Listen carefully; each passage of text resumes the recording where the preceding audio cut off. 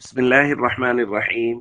عن معاوية بن أبي سفيان رضي الله تعالى عنه قال قال رسول الله صلى الله تعالى عليه وسلم: المؤذنون أطول الناس أعناقا يوم القيامة. رواہ ابن ماجہ۔ نبی کریم صلی اللہ علیہ وسلم نے ارشاد فرمایا، قیامت کے دن مؤذنوں کی گردنیں سب سے لمبی ہوں گی۔ دوستو، جو لوگ اذان دیتے ہیں نماز کے لیے، نبی کریم صلی اللہ علیہ وسلم نے ان کے بہت سے فضائل بیان فرمائے ہیں۔ ایک تو یہ فرمایا کہ سب سے اونچے قد، سب سے اونچی گردنیں ان لوگوں کی ہوں گی جو اللہ کا نام 5 وقت بلند کرتے ہیں۔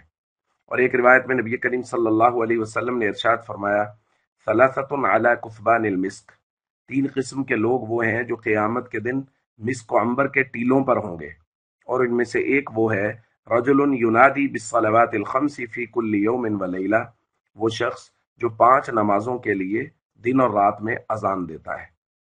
اور ایک روایت میں نبی کریم صلی اللہ علیہ وسلم نے ارشاد فرمایا کہ جنوں اور انسانوں میں سے جو بھی مؤذن کی اذان کی آواز کو سنتا ہے، وہ قیامت والے دن گواہی دے گا کہ یہ اللہ کا نام بلند کرتا تھا اور لوگوں کو خیر اور فلاح کی طرف بلاتا تھا۔ تو نماز کے لیے اذان دینا یہ اللہ کی نظر میں بہت پسندیدہ ہے، اور نبی کریم صلی اللہ علیہ وسلم نے اس کے بہت سے فضائل بیان فرمائے۔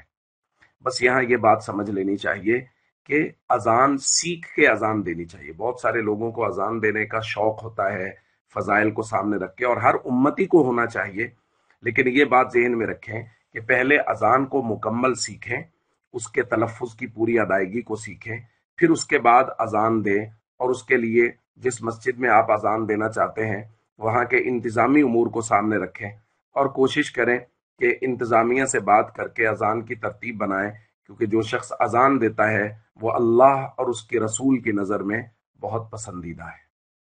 السلام علیکم ورحمۃ اللہ وبرکاتہ۔